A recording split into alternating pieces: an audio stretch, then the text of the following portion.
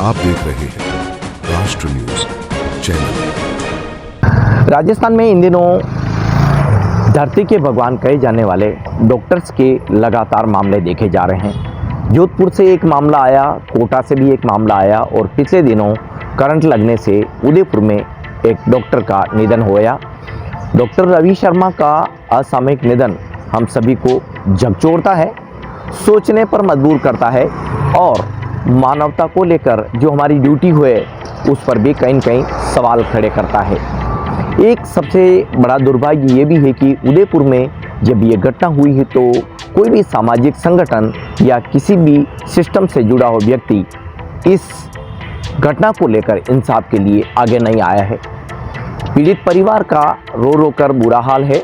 Doctor Ravi Sharma जो कि इस देश के होनहार डॉक्टर हुआ करते थे, लेकिन अब वे इस दुनिया में नहीं हैं।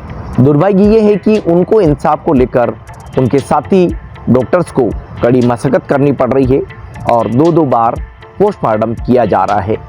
दुर्भाग्य तो ये भी है कि इसी हॉस्पिटल के, इसी मेडिकल कॉलेज के गुरुजी यानी कि उन्हीं ने उनको पढ़ाया और उसके बाद वे कभी छात्र थे और डॉक्टर बने, लेकिन आज इंसाफ के लिए उनको भी भटकना पड़ रहा है। सोचिए यदि सिस्टम में ये सब होता है तो कितना बड़ा सवाल उठना चाहिए। अब ये देखिए कि इंसाफ के लिए भले ही कोई व्यक्ति कितनी भी परेशानी उठाता रहे, दर दर की ठोकरें खाता रहे, लेकिन उसको इंसाफ के लिए सालों लग जाएंगे, दिन लग जाएंगे, महीने लग जाएंगे। यही कुछ घटनाक्रम इन दिनों इस RNT मेडिकल कॉलेज के परिसर में देखने को मिल रहा है। मेरे ठीक पीछे यही वह हॉस्टल का एरिया है जहां पर यह घटनाक्रम हुआ था और डॉक्टर रवि शर्मा के निधन के बाद जब पहली पोस्टमार्टम रिपोर्ट से साथी डॉक्टर संतुष्ट नहीं हुए, परिवार वालों ने भी सवाल उठाए। उसके बाद यहां जयपुर से एक और टीम आई और देर शाम तक पोस्टमार्टम किया गया। उसके बाद जो रिपोर्ट बंद लिफाफे में कलेक्टर को गई, उसमें भी कई चौंकाने वाले तथ्य सामने आए हैं। हालांकि अभी पूरी रिपोर्ट का खुलासा नहीं हुआ है, लेकिन इलेक्ट्रिक शॉक लगने की वजह से डॉक्टर रवि शर्मा के निधन की बात क्लियर हो चुकी है। इसी बात को यहाँ के पोस्टमार्टम जो टीम है उनके द्वारा छुपाया गया था, यहाँ के डिपार्टमेंट के द्वारा छुपाया गया था और तमाम ये बातें क्लियर हो चुकी है कि डॉक्टर रवि शर्मा की जो जान है वो यहाँ के सिस्टम की लापरवाही की वजह से गई है। अब इसके बाद भी प्रशासन के द्वारा सहयोग नहीं किया गया और अंततः लोगों को देर शाम तक, देर रात तक स्ट्राइक पर बैठना पड़ा। तब जाकर दूसरी टीम बाहर से आई और अब रवि शर्मा के दूसरी बार के पोस्टमार्टम के बाद यह क्लियर किया गया है कि उनका जो निधन है वो इलेक्ट्रिक शॉक लगने की वजह से हुआ है। ये तो क्लियर हो गया कि कूलर में करंट फैला और डॉक्टर रवि शर्मा की करंट ने जान ले ली। लेकिन इसमें जिम्मेदार कितने लोग हैं? PWD डिपार्टमेंट है। सबसे पहले बात करें तो प्रिंसिपल, अस्पताल अधीक्षक, डॉक्टर रवि शर्मा के जिम्मेदार तो है ही हैं, लेकिन इस बिल्डिंग को बनाने वाला PWD डिपार्टमेंट भी है। PWD डिपार्टमेंट में किस तरह के घोटाले की खबरें सामने आती है ये भी आप और हमसे छिपे नहीं है।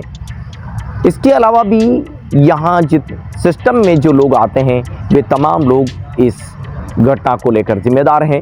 इन पर किस तरह की कार्रवाई होनी चाहिए, आगे किस तरह के अब निर्देश होने चाहिए, ये सभी बातें भी यहाँ डिसाइड करती है। लेकिन डॉक्टर रवि शर्मा के परिवार की बात करें तो उनके परिवार में एक नहीं बल्कि 4 डॉक्टर हैं।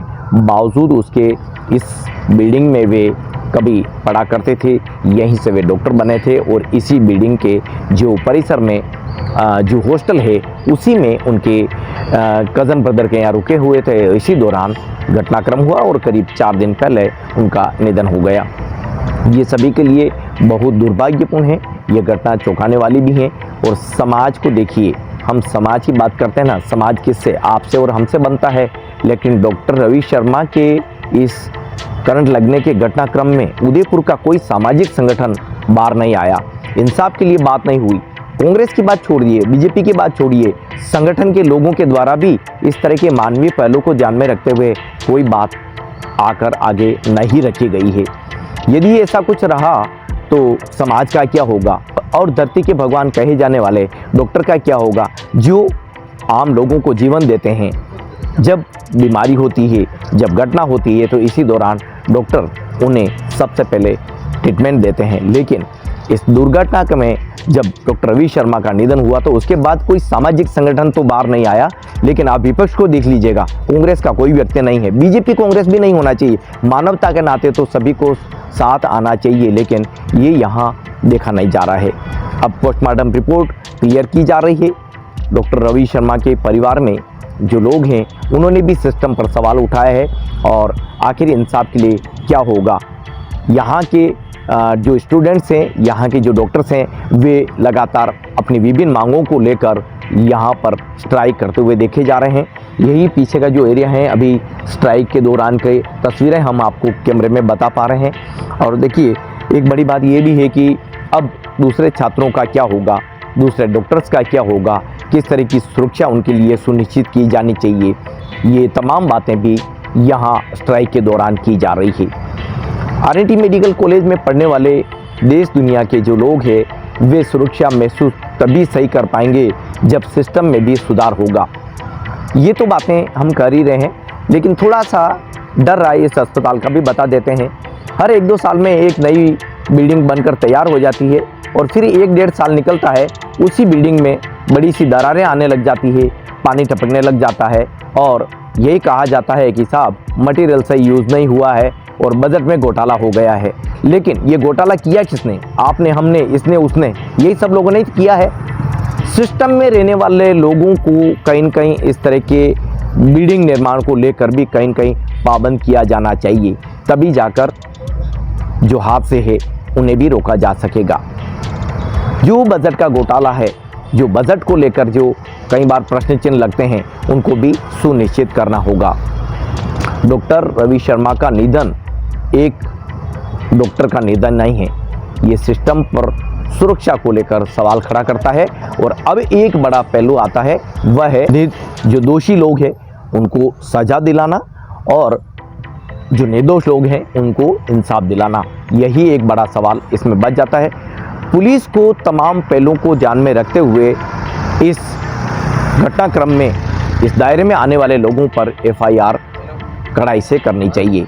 एफआईआर में वे सभी पहलू लिए जाने चाहिए जो अभी तक घटना के दौरान सामने आए हैं, और सरकार को भी ऐसे मामलों में आगे आना चाहिए, तभी डॉक्टरों का जीवन है वो भी सुनिश्चित किया जा सकेगा। लेकिन दुर्भाग्य है कि इस देश में डॉक्टरों की जान करंट लगने से जा रही है। आप सोचिए, कौन परिजन अपने बच्चे को डॉक्टरी करने के लिए भेजेगा, और कौन परिजन ये चाहेंगे कि हमारा बच्चा इस हालात में डॉक्टर बने, इस हालात में डॉक्टर की पढ़ाई करे। ये सिस्टम में सोचना होगा। आईएमसी के जो निर्देश हैं उसमें भी कहीं न कहीं और कुछ बदलाव किए जाने चाहिए। जिस तरह से मेडिकल कॉलेज की सीटें बढ़ाई जाती है, जिस तरह से उनको गाइडलाइन में भी बहुत कुछ बदलाव किया जाता है, लेकिन सुरक्षा को लेकर कहीं न कहीं उनके जो जिम्मेदारी के जो पहलू है उस पर कहीं न कहीं हमें यहाँ सुनिश्चित करना ज़रूरी होगा। ये तमाम बातें हैं, और अब जब दूसरी रिपोर्ट क्लियर होगी, ओपन होगी, तो उसमें कई तरह के पहलू सामने आ जाएंगे। किस तरह की कार्रवाई होगी, जो लोग हैं अपने पदों पर बने बैठे हैं, क्या उनको यहाँ से हटाया जाएगा, क्या उनको हटाने की भी कोई मांग की जाएगी, ये तमाम बातें अभी देखनी होगी। लेकिन पीछे जो दृश्य आप देख पा रहे हैं, इसमें हॉस्टल के परिसर में ही यहाँ का जो अधीक्षक का जो कार्यालय है उसके ठीक बाहर ही हम यहाँ जो डॉक्टर्स हैं वो स्ट्राइक करते हुए देख पा रहे हैं। इसके अलावा लगातार पुलिस की गाड़ियाँ यहाँ घूम रही है। जो साथी डॉक्टर्स हैं स्ट्राइक के लिए शामिल हो रहे हैं, स्टूडेंट्स हैं वो भी यहाँ लगातार शामिल होते हुए देखे जा रहे हैं। लेकिन दुर्भाग्य है, इस घटनाक्रम में डॉक्टर रवि शर्मा की जान गई, जो इस देश के एक होनहार डॉक्टर हुआ करते थे। आज वे इस दुनिया में नहीं हैं। कई सवाल वे छोड़ गए हैं, सिस्टम के ऊपर सवाल छोड़ गए हैं, लेकिन सबसे बड़ा सवाल हमारे समाज के लिए है, जो इतने बड़े घटनाक्रम के बाद भी साथी डॉक्टर के निधन को लेकर साथ खड़ा नहीं हुआ, उनके लिए कोई इंसाफ की मांग करने नहीं आया।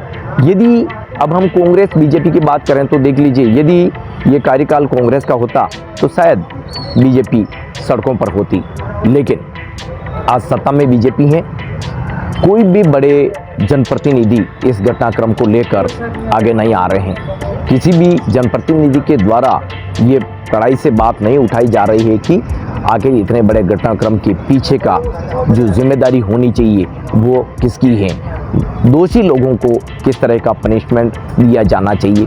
अब हम कुछ बातें और भी कर लेते हैं। इस स्ट्राइक के दौरान भले ही जनप्रतिनिधि या दूसरे लोग साथ नहीं आए हों, लेकिन सोशल मीडिया जो लोग हैं उसमें काम करने वाले लोग कहीं न कहीं साथ आए हैं। कुछ लोगों ने अपनी यहाँ ज़रूर सहभागिता निभाई है।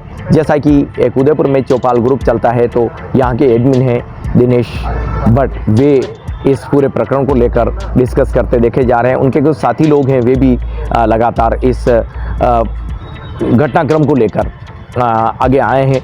लेकिन हमारी तो इस एडिटोरियल के ज़रिए यही बात रखी जानी चाहिए कि यदि इस पूरे घटनाक्रम में अस्पताल जो अधिकारी हैं, जो चाहे वो अधीक्षक हो चाहे प्रिंसिपल हो, तमाम पदों पर बैठे लोग हैं, उनको यहाँ से टर्मिनेट ज़रूर किया जाना चाहिए। उनके ऊपर कार्रवाई ज़रूर होनी चाहिए और उनकी जिम्मेदारी बनती है। उस जिम्मेदारी के बावजूद भी वे पहले पोस्टमार्टम रिपोर्ट में भी कई तरह के तथ्यों को छुपाने का प्रयास करते रहे हैं। अब जब ऐसा हुआ तो दूसरी पोस्टमार्टम रिपोर्ट में इलेक्ट्रिक शॉर्ट का ये कहाँ से जुड़ गया, ये इतना डिटेल कलेक्टर को कैसे हुआ, सरकार तक कैसे पहुंचा। लेकिन ये बातें देश की तमाम मेडिकल कॉलेज के लिए साबित होती है। देश की तमाम मेडिकल कॉलेज में पढ़ने वाले छात्रों के लिए भी लागू होती है। उनकी सुरक्षा को लेकर भी यहाँ बात की जानी चाहिए।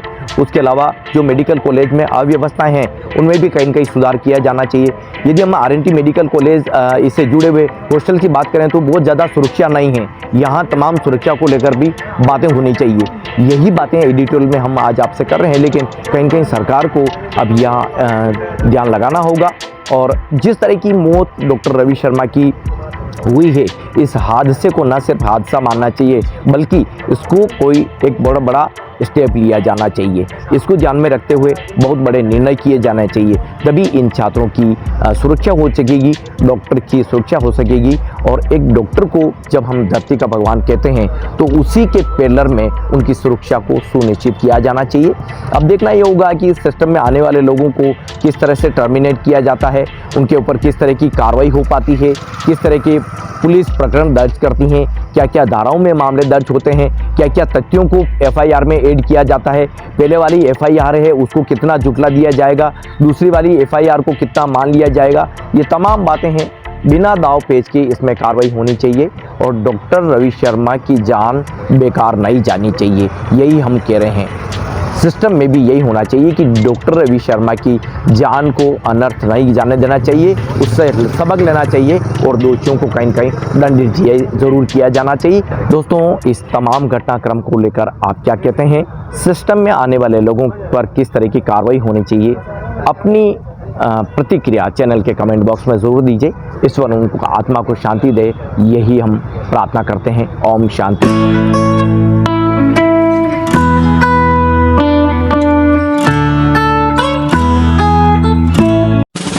आप देख रहे हैं राष्ट्र न्यूज।